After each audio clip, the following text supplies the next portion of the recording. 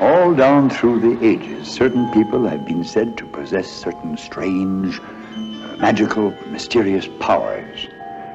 Some of those, it is said, had powers for good, and they were venerated. Of others, it is said, they had black powers, and they were feared and despised.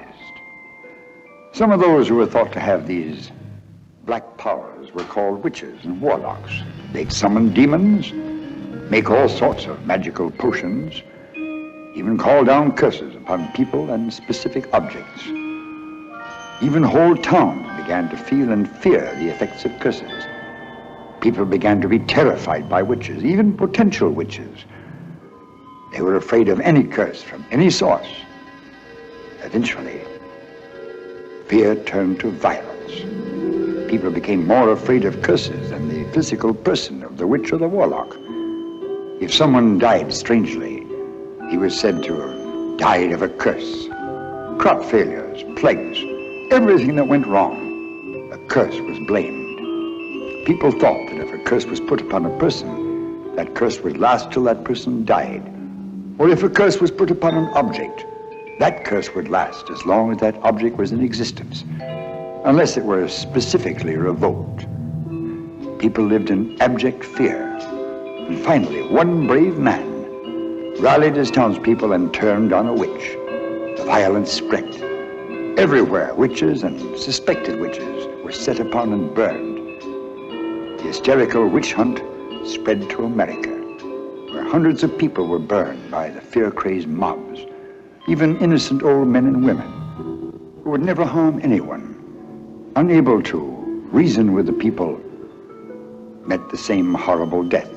Some shouting their innocence, some screaming imprecations and obscenities and threats of eternal revenge, and some stoically and calmly, and strangely silently meeting their end. One of those who was burned at the stake was a real witch. Let me tell you the story of the witch's clock.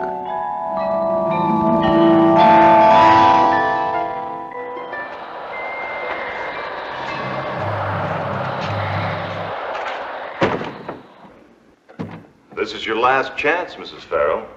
Are you still willing to relinquish the comfort and security of a modern Manhattan apartment for the roughing wilds of Massachusetts? Think well before you answer. I warn you. Well, after giving the matter due thought, I've decided that I must stay by the side of my unworthy husband.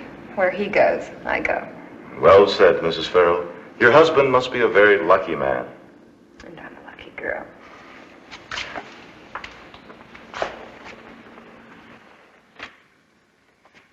Oh, Bob, this furniture's marvelous. All antiques, the agent said. Doesn't the history of this old place seem to reach out and touch you? I feel as though we'd step back in time 200 years. It's only the dust and the smell of age. In a couple of days, we'll have the place all aired out. It'll be better than any apartment on the island could ever be. Is there a dungeon? Yes, down there. Nothing in it, though, but some junk and more dust. Show me. I want to see it. Come on, please. Very well. Your wish is my command.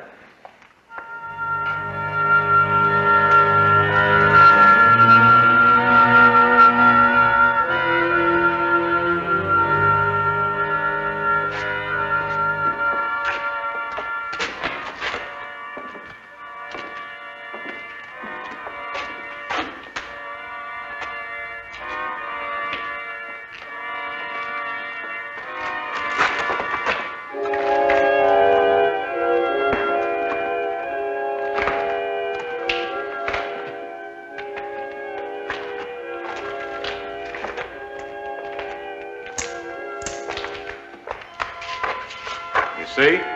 Nothing but a bunch of 16th century lumber and rags. Oh, wait a minute. Maybe some of the first pilgrims used some of these things. Maybe Miles Standish. It's just junk, Julie. Oh, we might get a few bucks out of it out in that town down the road. I suppose you're right. I know I'm right. I mean, this stuff isn't exactly Fifth Avenue quality after 2 centuries. Wait a minute, Bob. I found something. What is it? It looks like a grandfather clock. It's a peculiar old thing. I've never seen a clock like that before. I don't blame whoever owned it, hiding it away like that. But it would go perfectly in the main room, dear. Please. It's really very pretty.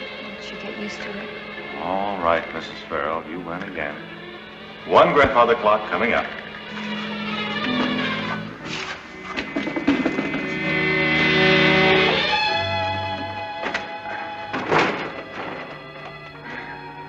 There. Oh, it's beautiful, Bob. So stately and majestic. It was made for this corner. No, but you're the interior decorator. I'm just the handyman. Come on, let's get this place cleaned up. Darling, it's not working. Well, what do you expect after 200 years? But please, see if you can fix it. Oh, can't it wait? I mean, we got a lot to do, and I'm getting hungry. All right. I guess it can't wait.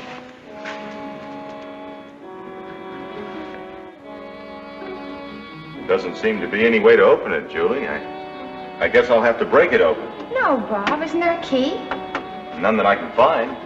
Whoever owned it sealed it up real tight, like they didn't want anyone to use it again. There must be one somewhere. Here it is, Bob. Oh.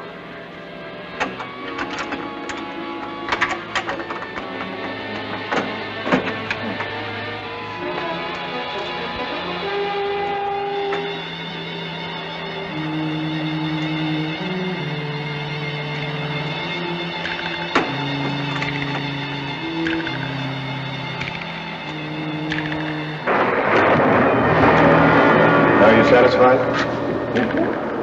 Hey, hold it. We got something. There. I think someone's at the door. Now, who would be out on a night like this?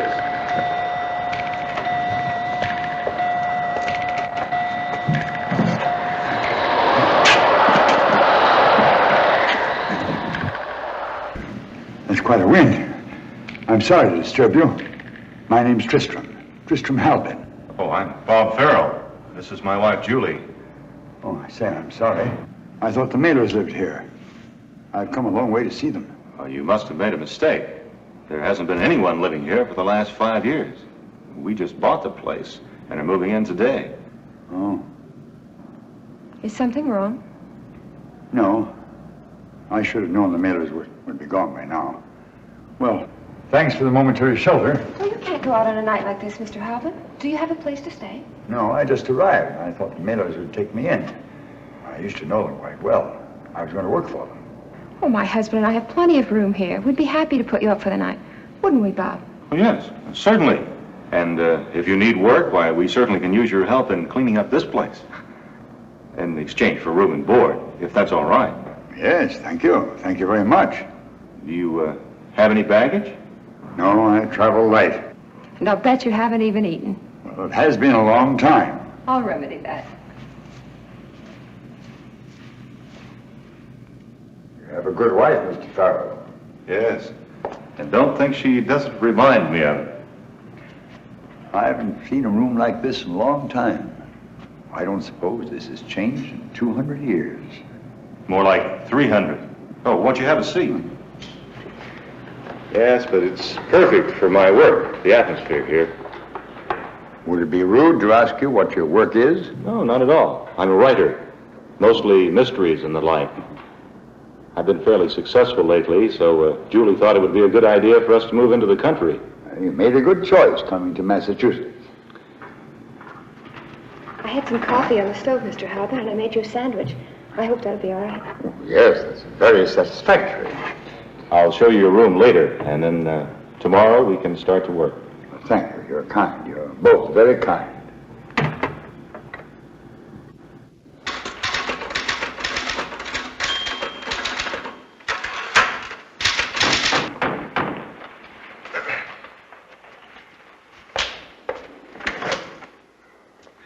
Good morning, Mr. Farrell, I presume? Yeah.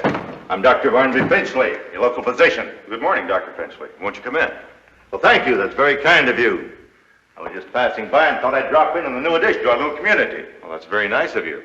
My wife isn't at home right now. She's gone into town with our handyman. Oh? Well, that's too bad. I was hoping to meet her. Yes, that's too bad. You're a writer, I hear. I wanted to be a writer, too, once, but got sidetracked somewhere. Well, won't you have a seat? Well, yes. There's a lot to write about around here. Got a couple of story ideas myself. I'd like to tell you about them sometime. Oh, I'd like to hear them. Right now I'm doing a feature article for a major magazine on witchcraft in New England. Witchcraft, eh? There's a lot of it around here. Plenty of burnings. Oh, my, yes. Plenty of burnings. Yes, well, that's what I'm writing about. There's a regular witch court out there. Got rid of a lot of old bags. You didn't like your mother-in-law? Spread the word she's a witch. Before you know it, poof, no more problems. Those were the good old days, some say. Yes, well, thank you, but I have work to do, so maybe you could come back another time then. Oh, it's time to go. Got a busy schedule, you know. Nice talking to you, Mr. Farrell. I'll come back when I got more time. Got a lot to say about those graves down there and about Lucy Mailer. She was the only real witch there ever was. Died 1673. Say hello to your wife for me. Until some other time, then? Wait a minute, Dr. Finchley. Yes? I'd like to hear more about Lucy Mailer and the graves. Most people won't talk about it, you know. She was a real witch, all right. Town folk finally got rid of her and her whole family. Buried them all right down in the crypt, along with her friends. Then, she was the one who lived here. That's right. And Lucy Mailer had powers. Not witch powers, mind you, but magical powers. There's even talk that she enchanted a clock, but nobody's had the nerve to find out for sure. A clock? Yes. People say it could bring back the dead. Well, gotta be going now. Nice meeting you, Mr. Farrell. Yes. Goodbye, Dr. Finchley.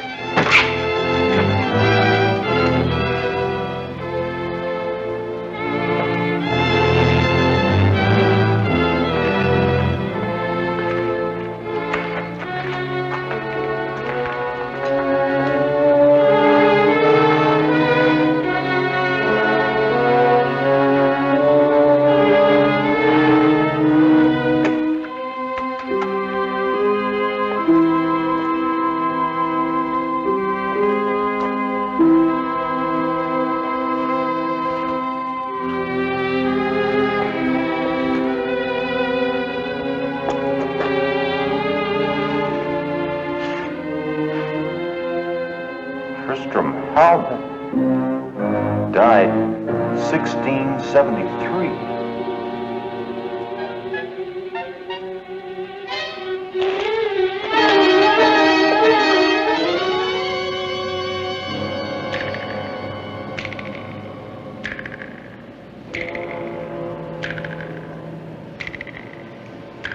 Listen to me, Julie. You cannot, you will not stay with your husband. His cruel and sadistic nature is revolting to you. You want only to leave with me. Do you understand? You will tell your husband. Preston, I've been looking for you. Carol, you're just in time.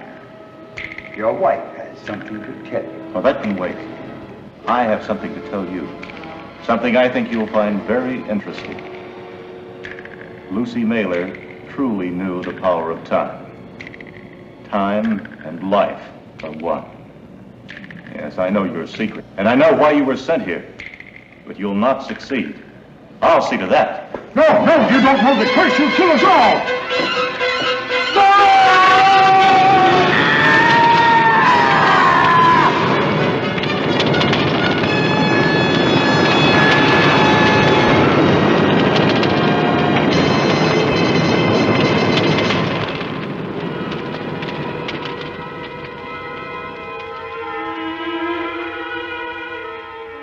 Did the agent say why that young couple left here, Hazel?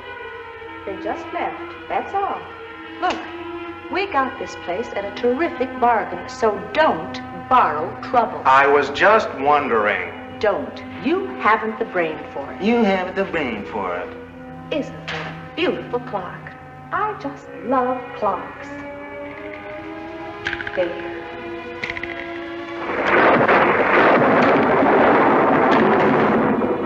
Oh, sorry to disturb you.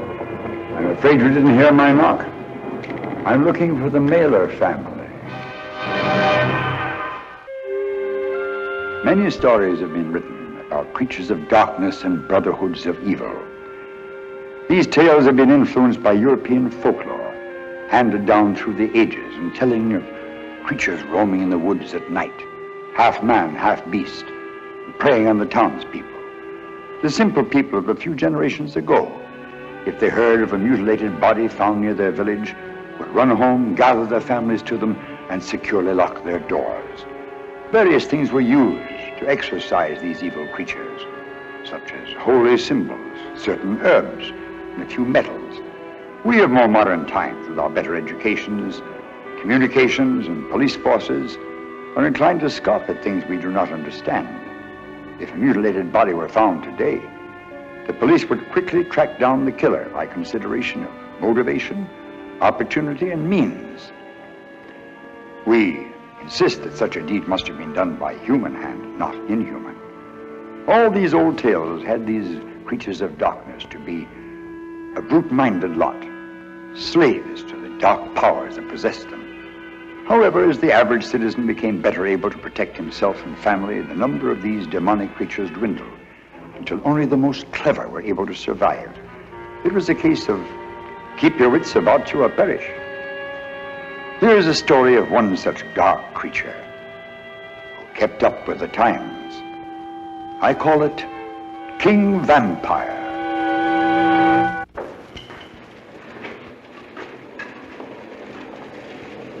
Well, she's the 13th. Puncture wounds on the neck and left to the rats. And you have no idea who's behind it? Oh, could be anyone. We haven't a clue as to who or where or why. But there must be a pattern. No, just killing girls. You know, the newspapers have a name for him. King Vampire. Look here. This is where the girl's body was found this morning. Over here, the one before. Here, another one. And another. See, there's no pattern. Then we're obviously dealing with the madman. No, he'd like us to think that, but actually it's quite the opposite.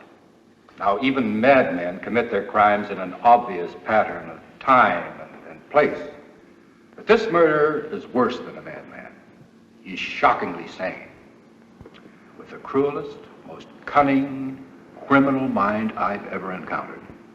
It's almost as though he knows every move before we do. Well, all I can say is we'd better get cracking and catch this King Vampire fellow, or we'll soon be out of our jobs. Yes, you don't know how right you are. You know, all of London's in a turmoil about these murders. People are beginning to ask questions. They want to know what we're going to do about it. The embarrassing thing is that we don't know what we're going to do. You haven't been able to find A single clue at any of the scenes of the crime? None. The people in that area, thieves, gutter scum, the lot of them, they just as soon see us dead than help us. Well, I don't suppose it would hurt to give it another try. Where was that last girl murdered? Oh, just outside Walmsley Lane. But you take care. They're a rough lot. In Walmsley Lane. Right. Yes, I think I'll give it a go. Well, I don't know what's up to talk. Yeah, the guy that decided on these coppers here in the first place. I don't think... What's up? King Vampire got another one last night. Coppers were just here for us. We're not too fond of the way they're handling the situation. Yes, I can see that.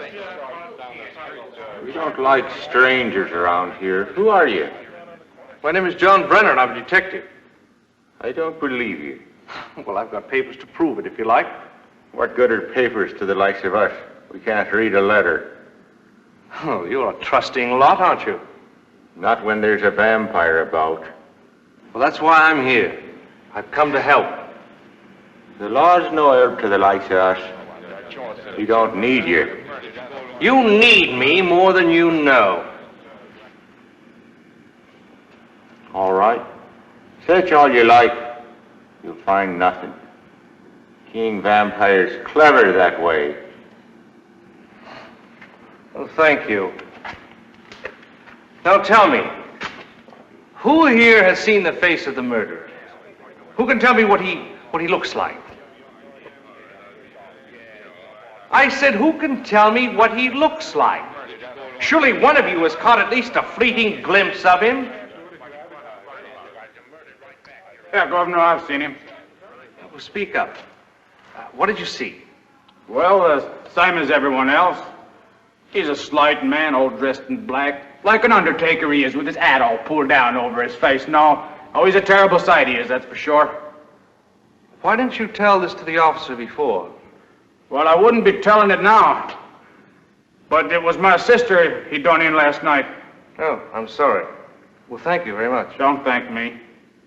I wasn't doing it to help you. And he was brave enough to step forward. Why are you afraid? Tell me, who has seen the face of the vampire? Who has seen King Vampire's face?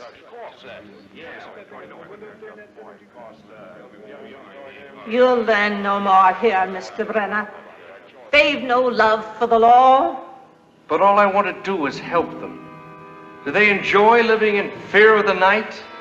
Would you be willing to find the vampire if you knew that your brother or your father or your sweetheart? No, Mr. Brenner. They are not afraid of the vampire. They're afraid of themselves. But you don't appear to be frightened. Perhaps you can help me. Yes, I can help you. I've seen the man you're looking for. I only got a glance of his face as he ran past. But the look of it will never leave me eyes. Brutal it was, with the look of death on it. I've seen many a dead one, sir, and all have had more life in the flesh than the vampire. But his features? They were hidden in the darkness, and the hat he wore. Look for a man with the face of a corpse, and you'll find your vampire. Thank you, Mrs. O'Shea. O'Shea. And I promise I'll do my best to rid London of this monster. Thank you again. Goodbye. Goodbye, Mr. Brenner. I wish you luck.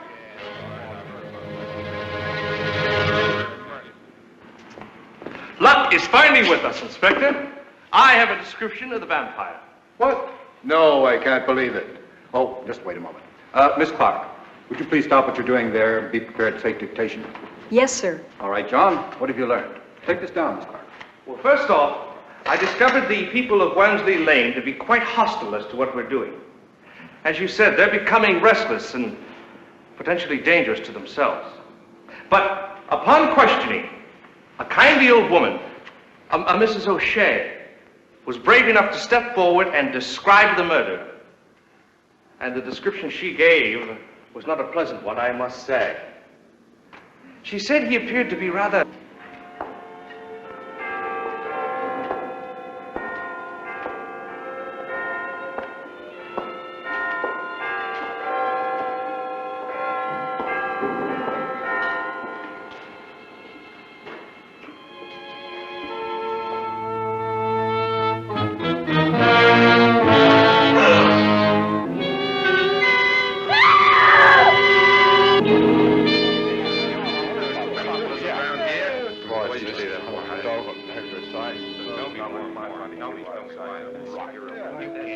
Why, it's Mrs. O'Shea. Like all the rest. How does this man know? The one woman that might have been able to help us. Oh, fine lot of good you did in protecting her. How do you expect help from us when all we get in return is that? Listen, she'd be alive right now if you fools would get out of your shells and go after this monster. We can't do it alone. We need your help. What are you waiting for? Your wives and your daughters to be picked up off the street as the result of this fiend? You better make up your minds, and make it up now. Oh, can't you see, Inspector? They hate us more than King Vampires. Yes, we're wrong, matey. We just needed time to catch the killer ourselves.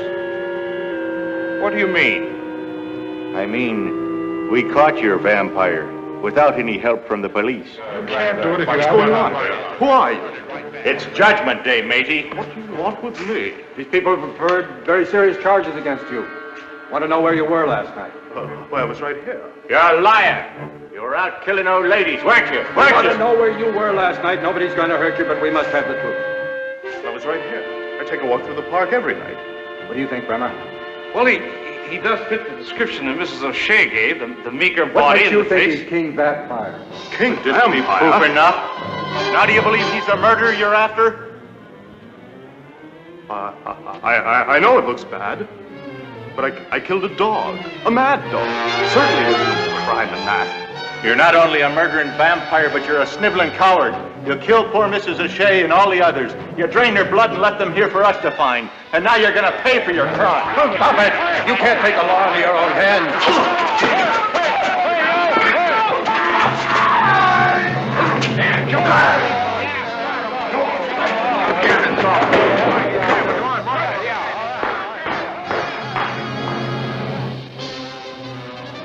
Well, now we'll never know whether that was the man we were really after.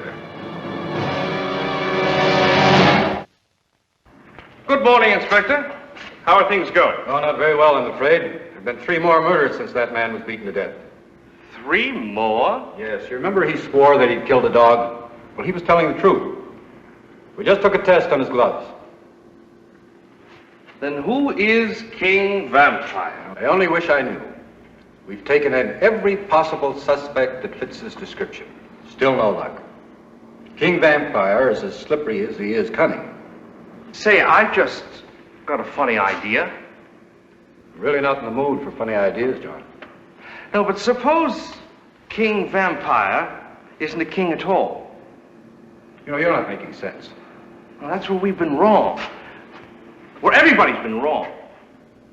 The vampire's not a man. He's a woman. That would account for the slight figure. Well, don't you see it?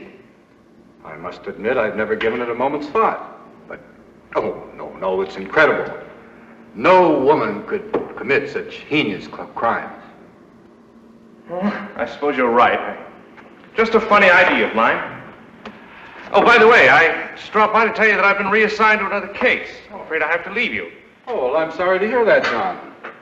You've been a great help to me, and I've appreciated it. Goodbye, good luck, and I hope we meet again under happier circumstances. Well, thank you, Inspector. I'm just sorry I can't stay around to help you catch King Vampire. But I'm sure you'll be done with it shortly. And goodbye to you, Miss Clark. A woman.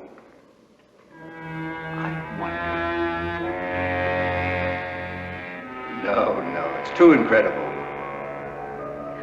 I agree, Inspector. It's simply too impossible. Yes, still, I have a feeling we'll never know for certain now. And history will probably record that the King Vampire turned out to be a large, embarrassing question mark. Well, where were we, Miss Clark? Possible means of capturing the vampire.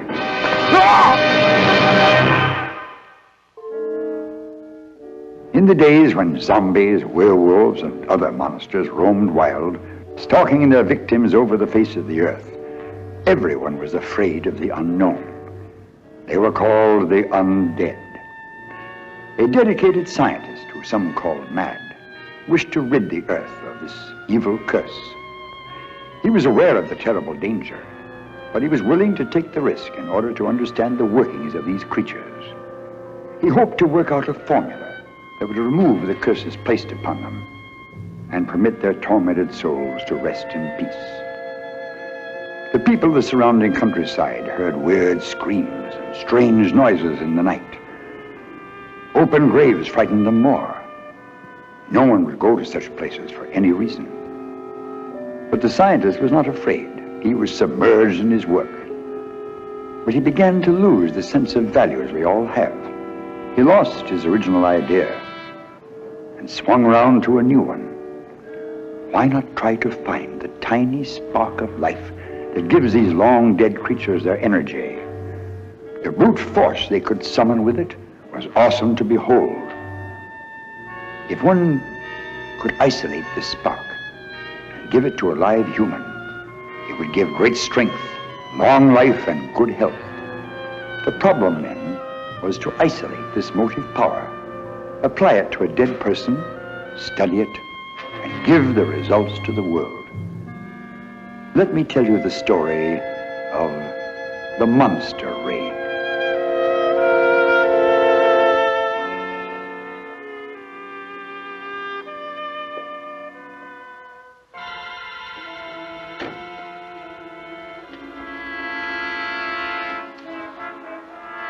Can you hear me, Master?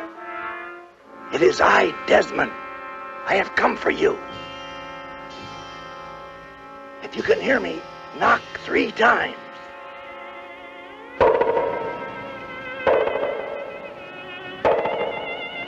Good old Desmond. I knew I could rely on you to help me. Push hard on the lid, Master. Push. Push.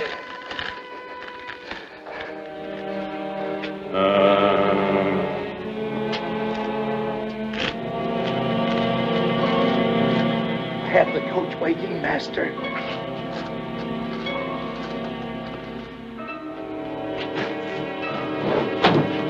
Help me, Desmond.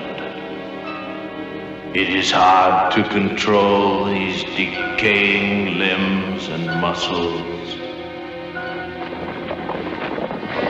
How well I remember this road. It is the way to my home. I remember each turn, every rut, every jar of the coach. Yes, home, and the waiting arms of my faithful, loving wife, Helen. Yes, I can still picture her as she was the day before she and Dr. Savard ended my life.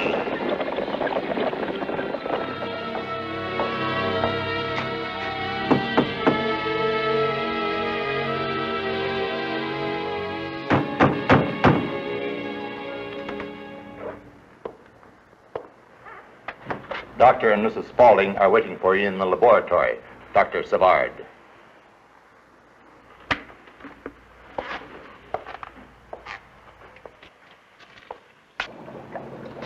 After years of experimenting, I've finally broken the barrier. With this chemical and hypnosis, the mysteries of the cellular memory, the secrets of the human mind. James, how fortunate. You're just in time to hear Charles' latest theory. James, this is fantastic. I've been conducting certain experiments with chicks using just the injection alone. Now, I build a simulated barnyard. Now, the chicks never saw their mothers. I made sure of this. Then with a piece of paper, I cast a shadow over the barnyard. Turned one way, it cast the shadow of a circle. Now, when the shadow of the circle was passed around them, nothing happened. Well? But turning it the other way, it cast the shadow of a hawk. Upon seeing this, the chicks immediately scurried for their coops. Amazing. What I really came for, I wanted to invite you to a party at my chateau. A very small, a few intimate friends. You will come. Gee, I'm sorry, James. I can't leave my experiments. Oh, but you can go, though, Helen. The change would do you good. Oh, are you sure it'll be all right, dear? Well, of course, darling. And look, you go and enjoy yourself. Well, Charles, I'm sorry that you won't be coming. I was hoping to hear more details about your work. However, I'll stop by some other time. I'll send the carriage for you at 8, Helen. Oh, that's wonderful, James. I'll see you out.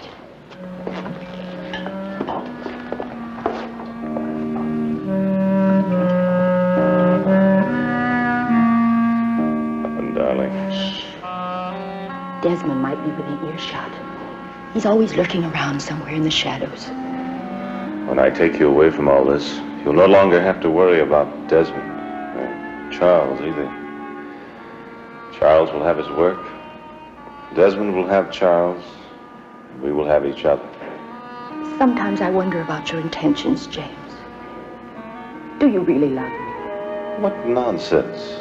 Of course I love you, darling. Is something bothering you? I think you're just using me as a pawn to find out everything Charles knows. Of course, what he knows is important. Important to both of us. After all, I must be familiar with what will soon be ours. Yes.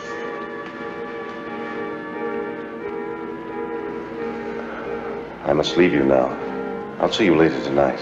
Goodbye, dear James. Until tonight.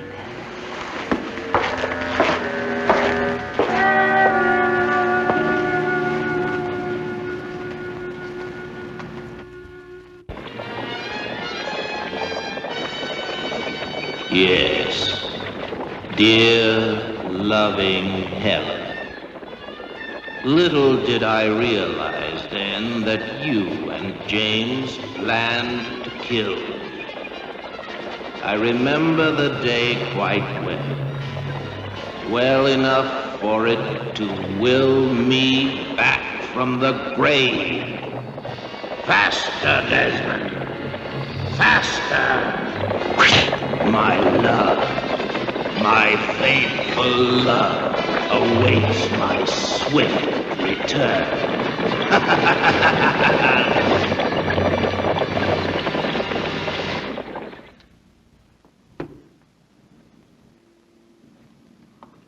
These notes are amazing, Charles. The Medical Council at Geneva is certain to recognize you at their next meeting. Well, perhaps, but the most complex of my experiments is yet to be tried. I was wondering, James, would you consent to letting me try my theory out on you? Then we could, together, show our triumph to the board at Geneva. Would you do it? I'm a little hesitant about acting as a guinea pig for you, Charles. After all, it would be an added factor if I could assist you. Couldn't we use someone else? What about Desmond? No, not Desmond. Well, someone else, perhaps. Gee, I wish it were you.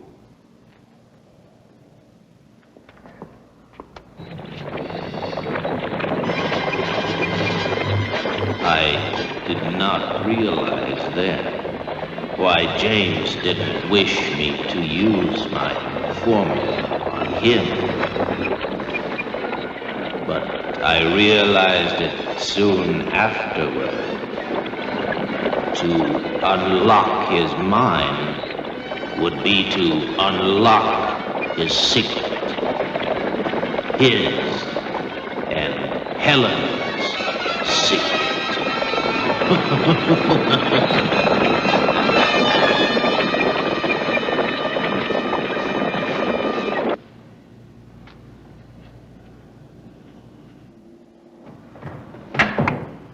Oh, yes, Desmond. What is it? Well, what is it? I'm very busy. Sir, I don't know how to say this, but... Well, come on now. Out with it, Desmond. Well, what's bothering you? Well, sir, I've been with you for many years, long before you brought her here as your wife. Well, what are you trying to say? And what does Helen have to do with it? Sir, she and Dr. Savard are carrying on behind your back. Terrible it is, sir, terrible. Helen? Having an affair with, James? Oh, no, that's preposterous. It can't be. Mark my words, sir. I saw it with my own eyes. I suspected it for some time. All right. Out with it. All of it. What do you know? Well, sir, I heard them talking. They were very lovey, talking about how they were going to do you in and take credit for your discovery. Desmond, you've been loyal to me for many years. I've suspected something for a long time. I just couldn't face it. Oh, Helen, dear, what are you doing here? I thought you hated the lab. Oh, I just thought I'd help you with your notes. Straighten them out. I'll take care of that, dear. I'll attend to it later. If you want to, though, you may tell James that I need him here right now.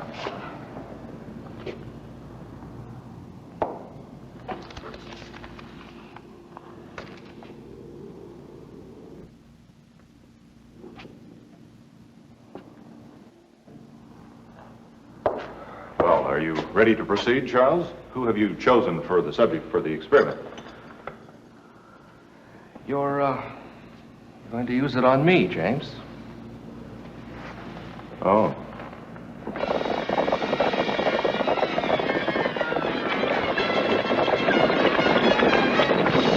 Yes. I decided to have the experiment performed on myself. I foolishly believed that it could do me no harm. I was familiar with all the principles of my formula. No one could completely hypnotize me against my will. I could only benefit by it. And my mind would be far superior after the injection. Then I could decide how to deal with it. I watched Dr. Savard's every move, or so I thought.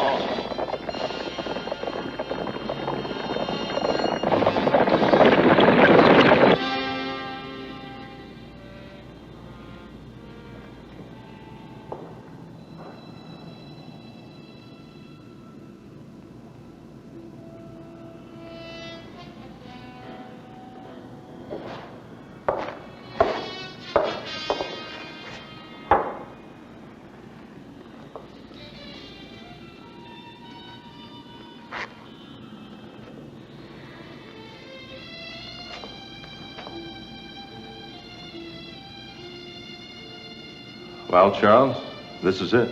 Are you ready? Ready.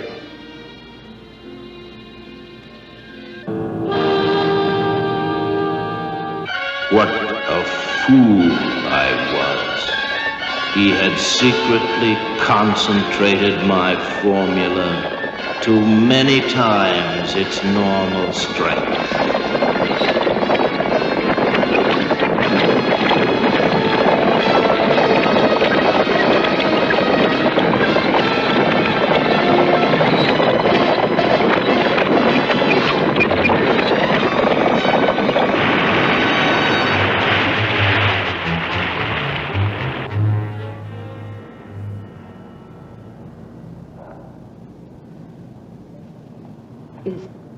Is he dead?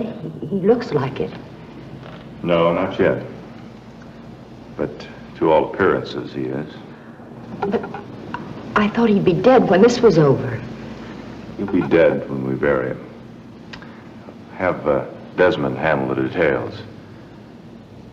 The sooner we bury him, the better. At least no one will doubt it. He's been working very hard. Oh, James, now we can start life over. Together. We'll really live, won't we, James? Oh, yes, darling. With the fame and recognition we'll get from these experiments, why, we'll be able to live in any manner we'd like. Yes, they buried me. My faithful wife dressed in black, her lack of tears hidden by a heavy veil, and my good friend Dr. Savard, who conveniently signed my death certificate, standing by her side in deep sympathy. They did not realize that the highly concentrated injection of my formula had placed me in a state of suspended animation and had preserved my brain, heart, and lungs long after the exterior of my body had begun to rot and decay and yield to the elements. But faithful Desmond came for me as I knew he would. I wonder if dear Helen will recognize me.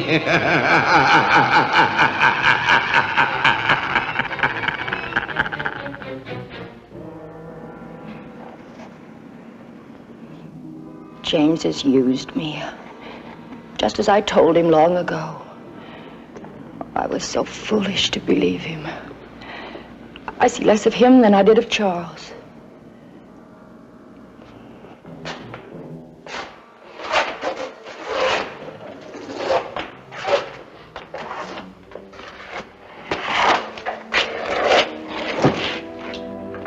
At last, Master, we shall have our revenge.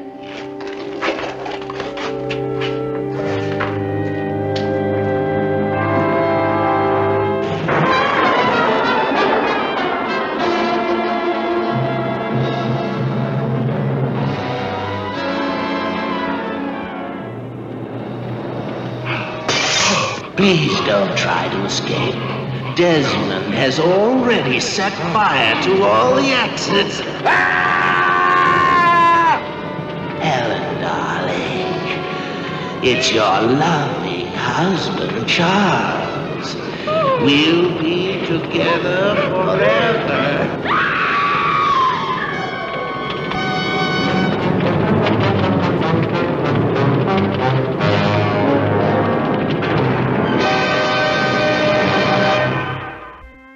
Medical knowledge has always been a fascinating subject. It took ages to learn each single secret and mystery of the human body.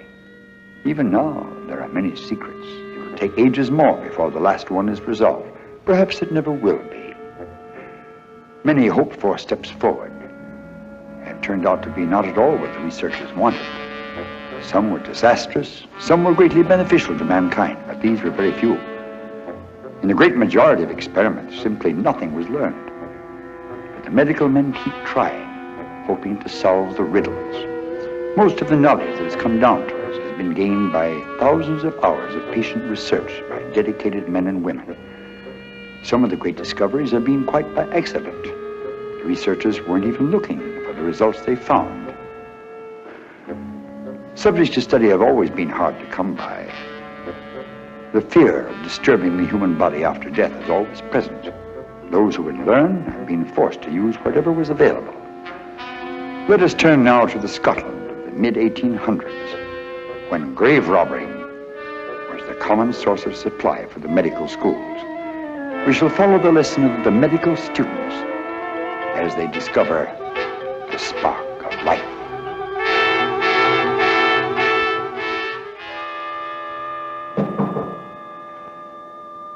Come in. Oh, Mr. Cushing. Doctor? Mr. Sedgwick? Sir? I invited you here today because of your tremendous interest in yesterday's lecture. It seemed to me that you had further questions to present. If so, what are they? As I remember, Doctor, you said that electricity was the primary force of life. Yes, I had a colleague at Hamburg University. He had elaborate theories about that. Well, can you tell us more about that, sir? Well, all I know is that he said he could bring the dead to life with electricity. Did he succeed? No, they threw him out, and all of his research papers were burned. What was his name? Baron Erich von Frankenstein. Well, where's he now, sir? Oh, no one knows. He gave up his practice and just disappeared. But wait, I'll show you how Dr. Frankenstein started all these theories.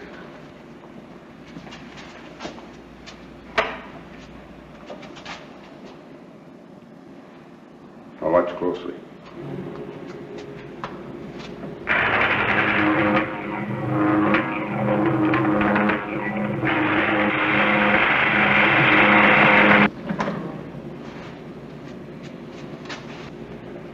Apply a simple electrical stimulus to the forearm. The muscles contract and the hand closes. But my theory is, if you apply enough electrical stimulus over the entire body for a certain length of time, it will rejuvenate the dead cells and muscles, and the dead will live again. Oh, excuse me. Hello? Oh, yeah. Well, I'll be right along. Thank you. Bye. I'm sorry, gentlemen. I must leave you. But you stay here and study. Ponder the question. Life is electrical by nature. But is electricity life?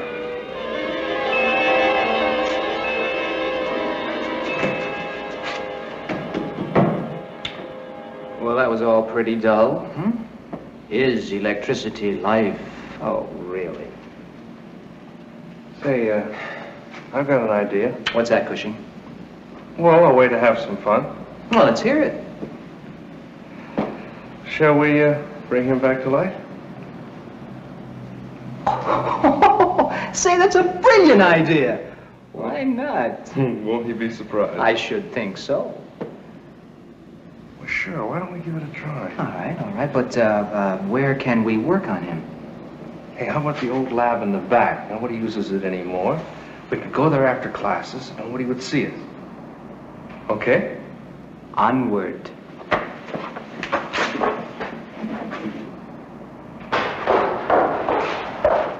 Oh, it's Dr. Mendel. Must be. Now, look, you be quiet and let me do the talking. What are you gentlemen doing with that cadaver? We were just about to consult you on a new project, sir. A new project? Well, I'm always glad to hear that my students are trying to further their knowledge. We knew you would be, sir. Well, yes. Well, the point is, we were so inspired by your last lecture that, well, weren't we, Sedgwick? Oh, yes, sir. Very, very inspiring, Dr. Mendel. Well, that we decided to do some research on our own. Well, that's wonderful. I'm always glad to hear that my students are taking a real interest in science, going to delve into its mysteries, try to unravel its secrets. Gentlemen, well, would you mind if I joined you in the project? Oh, we'd be happy to have you, sir. Why, thank you. Now, exactly what is it? Well, we want to bring him back to life. What did you say? How did you think of such a thing? We want to utilize your theory of electrobiological resuscitation. And you always wanted an opportunity to test it.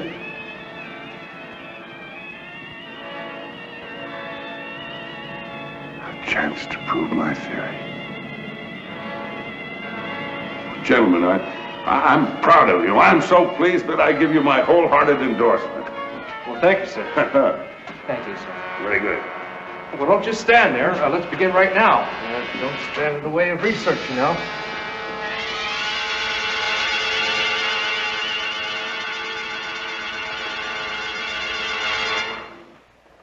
Well, what's that, Doctor? My equipment. I'll show you how it operates.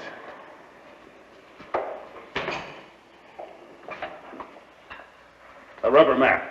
Yes, sir. Prepare his arm. Yes, sir. Thank you.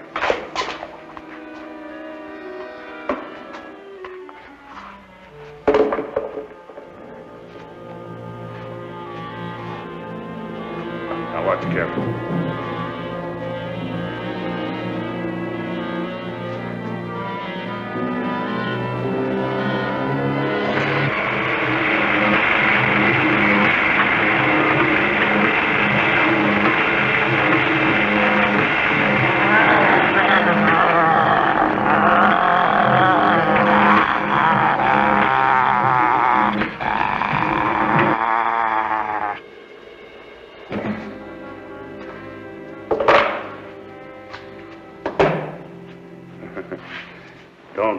forearm, boys. That was just an electrical charge to the muscles. But as I told you, my theory is, with a sufficient electrical charge to the entire body, the dead cells will be rejuvenated and life will be restored. You mean you think you can actually bring back the dead this way? That is my theory, if the body is undamaged at death. Well, excuse me, gentlemen. Lectures, you know. But I'll return as soon as classes are over.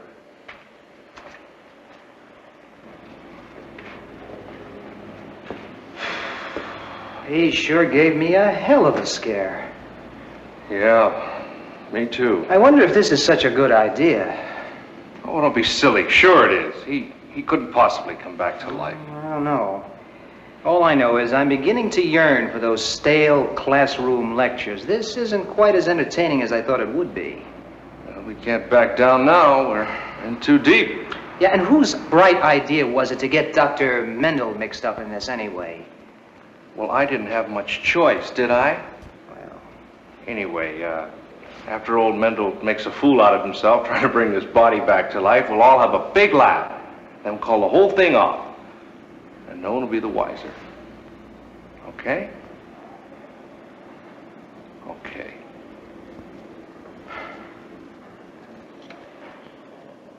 he isn't really going to do it, is he? I mean, well, you know, fooling around with a corpse this way? What if the police find out? Oh, be quiet. They aren't apt to find out anything. Nothing's going to happen. Stand by that switch. You assist me, please. Yes, sir. Now watch closely.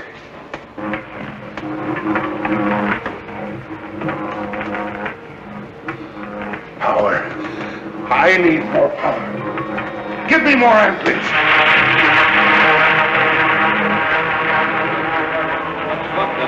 Oh, patience. Patience, I said.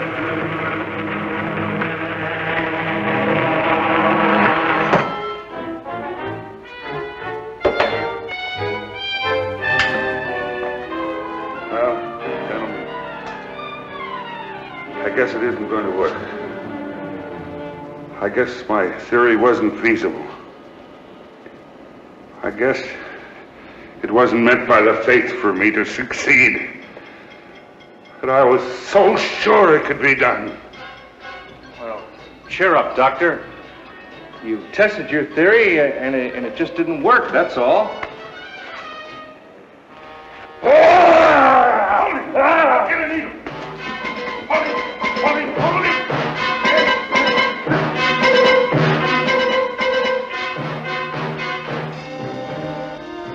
My theory, it's a success.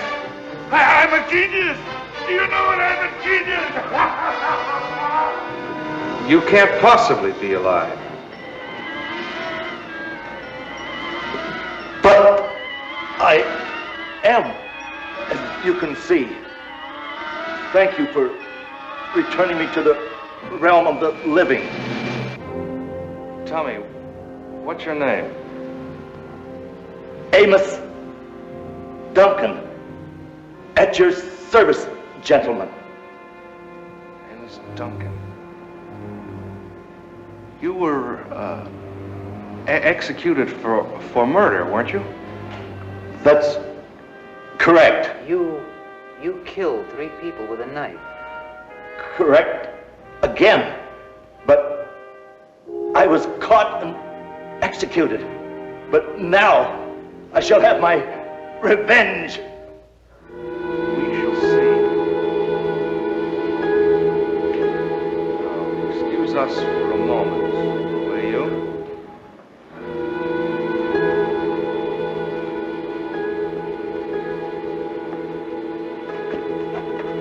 Dr. Mendel. Now listen, this guy is dangerous. We can't have him leaving here. How would we explain it? Yes, and the police. What'll happen to us? Oh, but my career, I'll be ruined. We can't say that we brought him back to life as a laboratory experiment. Oh, no, of course not. It's too fantastic. Right. We've got to get rid of him. You can't mean what I think you mean. Oh, no. You couldn't do that. That'd be murder. Well, why would it? We gave him life, we just simply take it back again, that's all. No, I won't have anything to do with it. No, I agree with Dr. Mendel. We just can't kill him. Be realistic. He's just an experiment, nothing more. This way, no one will ever know. Well, I guess you're right. He has to go. Yeah, I guess so. Good, and it's settled. He mustn't leave this room alive.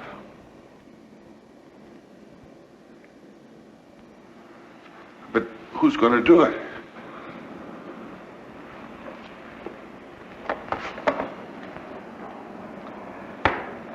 Whoever the knife points to.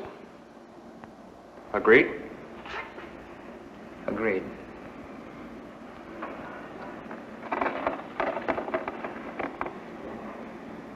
Oh, no, I won't do it. I just can't do it. I tell you. Either you do it or he'll ruin all our lives. Your career won't be worth a plug nickel if he escapes. All right, I'll do it.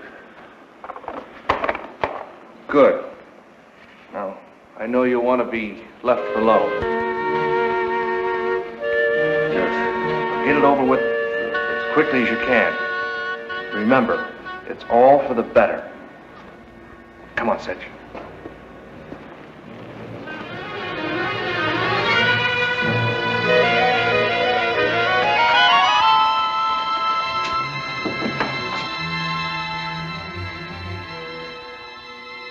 What was that all about? You wouldn't understand, Amos.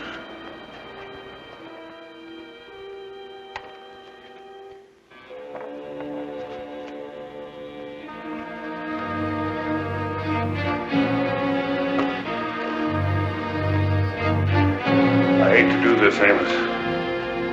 There's no alternative. It must be done. What must be done? What do you have there? I'm sorry, old man. Sorry.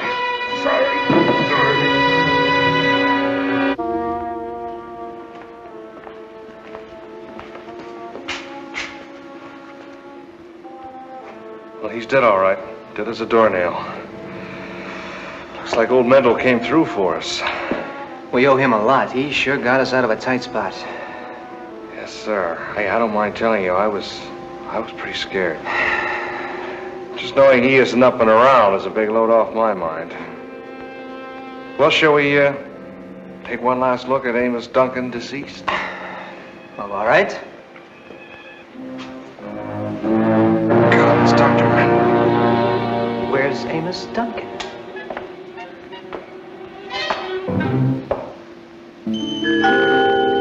In the mists and shadows of old folk tales, one story stands out above all others.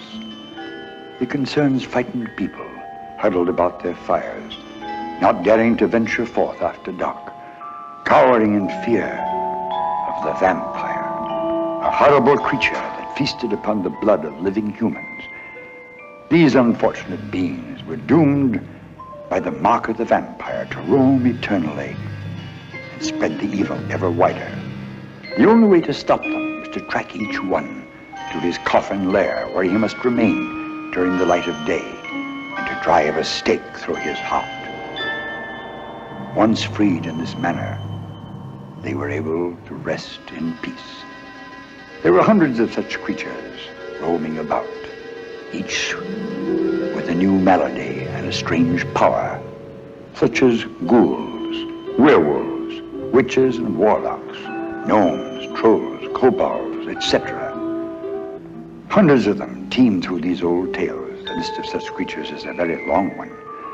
If a person had to go out at night, he had to be a very brave person or a very foolish one. Who could know just what might pop out from around a corner, or what horrible creature might spring at one out of the shadows? I shall part the mists,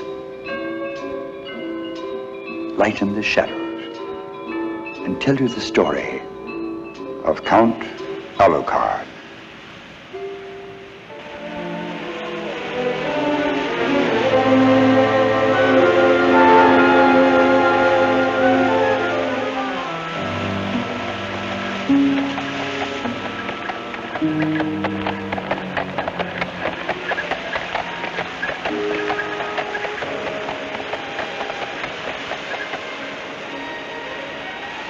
Count's Castle, Herr Harker. Good.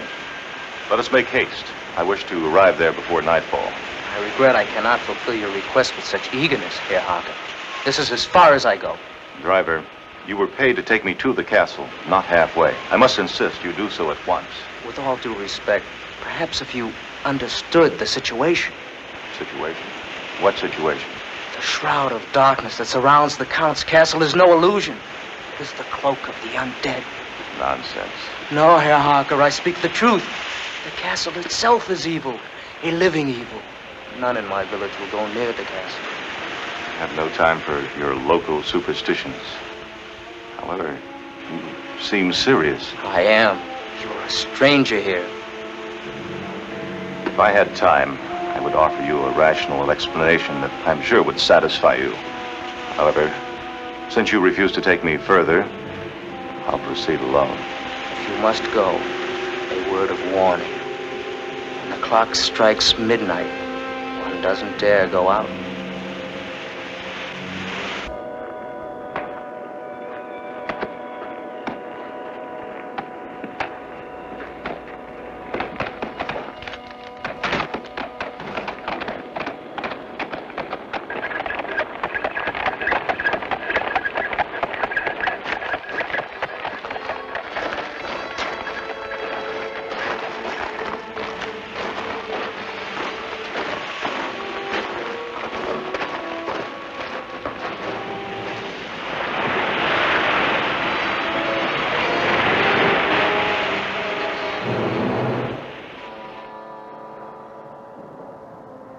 Welcome, Mr. Harker. I trust you had a pleasant journey. I know the roads can be unpleasant this time of year. The winter has been very hard. I know that your journey has probably left you with a great hunger, so I've had a dinner prepared for you. If you would please, follow me.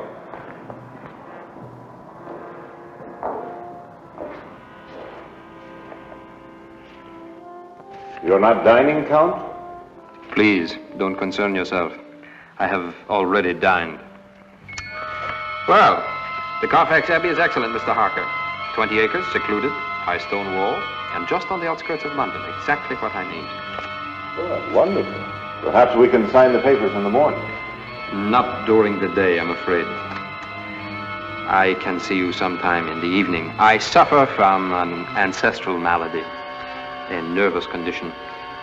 I sleep during the day and I'm awake only at night. Your family, are they originally from Transylvania? No.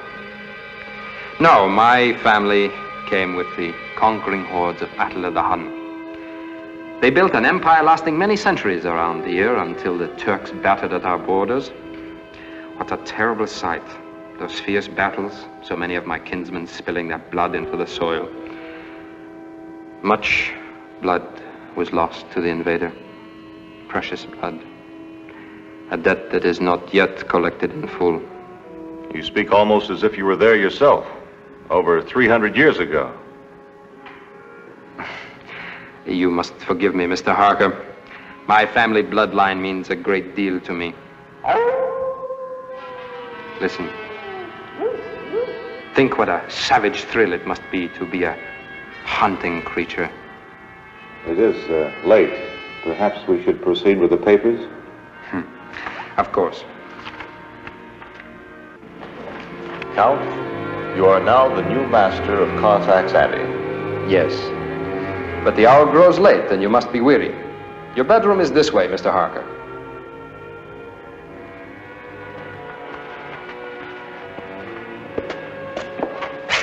This is your room, Mr. Harker. My apologies, but you shall have to amuse yourself during the day tomorrow. I shall join you sometime after sundown. Good night, Count.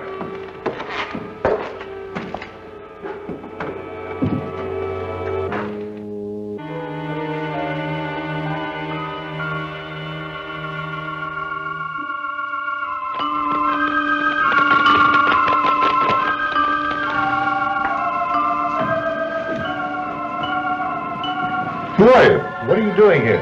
My name is Medina. It's not important why I'm here. All that really matters is that I am here with you for the moment. Were you sent to me? No, I came because I saw you, and I want you.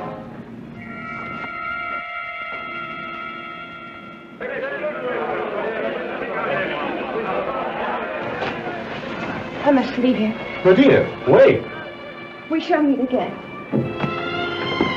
Medina! Count, the girl, did you see her? You've cut yourself, Mr. Harker. There's blood on your throat. Yes, blood. What's the matter with you, Count? Have you gone mad?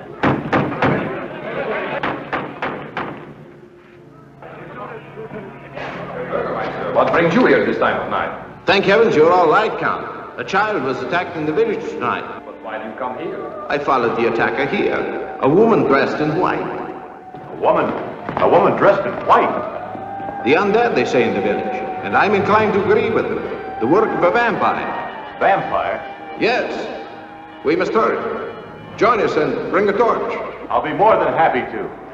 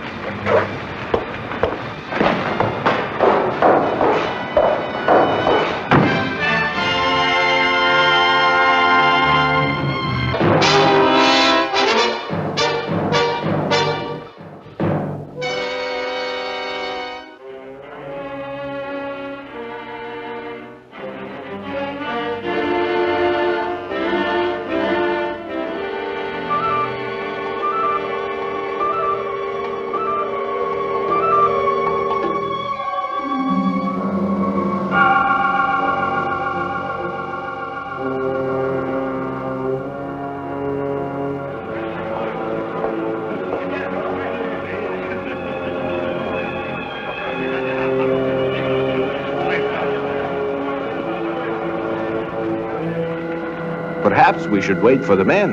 No, we must go quickly, before she returns to her grave.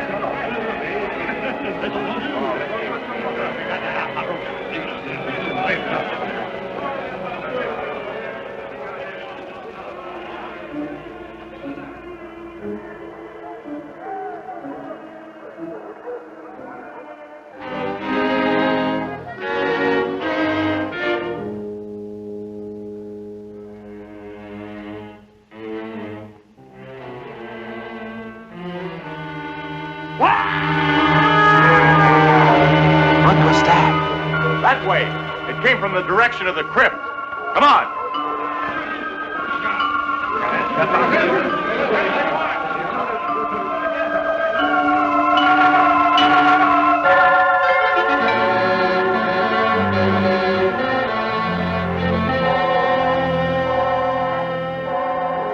Good Lord, it's Hans. He's dead. Puncture marks on his neck. Body's still warm. You men out there, stay together. Don't search alone. And whatever you do, don't let those torches go out. It's already cost the life of one man. Over here. Split up in two groups. Keep searching. We're going on ahead. Look there, Burgermeister. The cobwebs around the crypt are broken. Wait here, Harker. There's movement within the crypt. Bats. Vampire bats.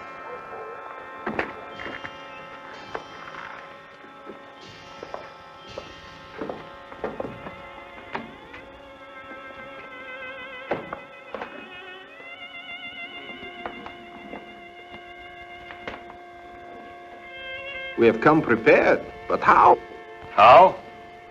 I've heard stories of the undead, of vampires. My loved ones were killed by a menace such as this.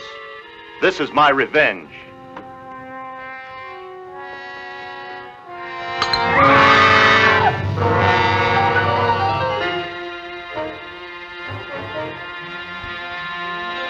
Quickly now, the other one.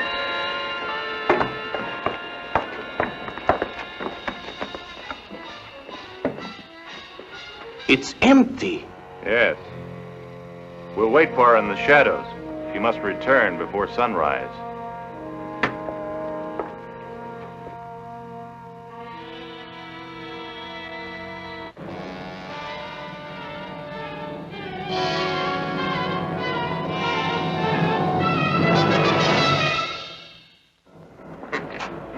Medina, you, a vampire?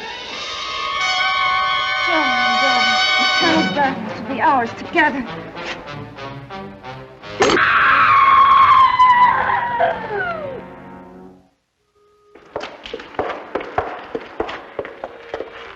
Stranger, you have done a great service to our village. No longer will we be cursed by the undead.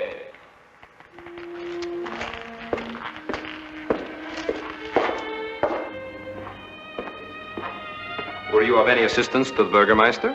I was. We dispatched the vampires. Well, now the villagers can live in peace without fear of the night. Not quite. Oh, how can that be? There's still the vampire that created the two girls. He also must be dispatched. That may prove a very difficult task. Vampires are hard to find, very elusive. I will have to look for him. I know who he is. Mr. Harker, you are much too clever for your own good. And now for your meddling, you shall have to pay. I won't let you drain this village of its blood. I need it for myself. A werewolf!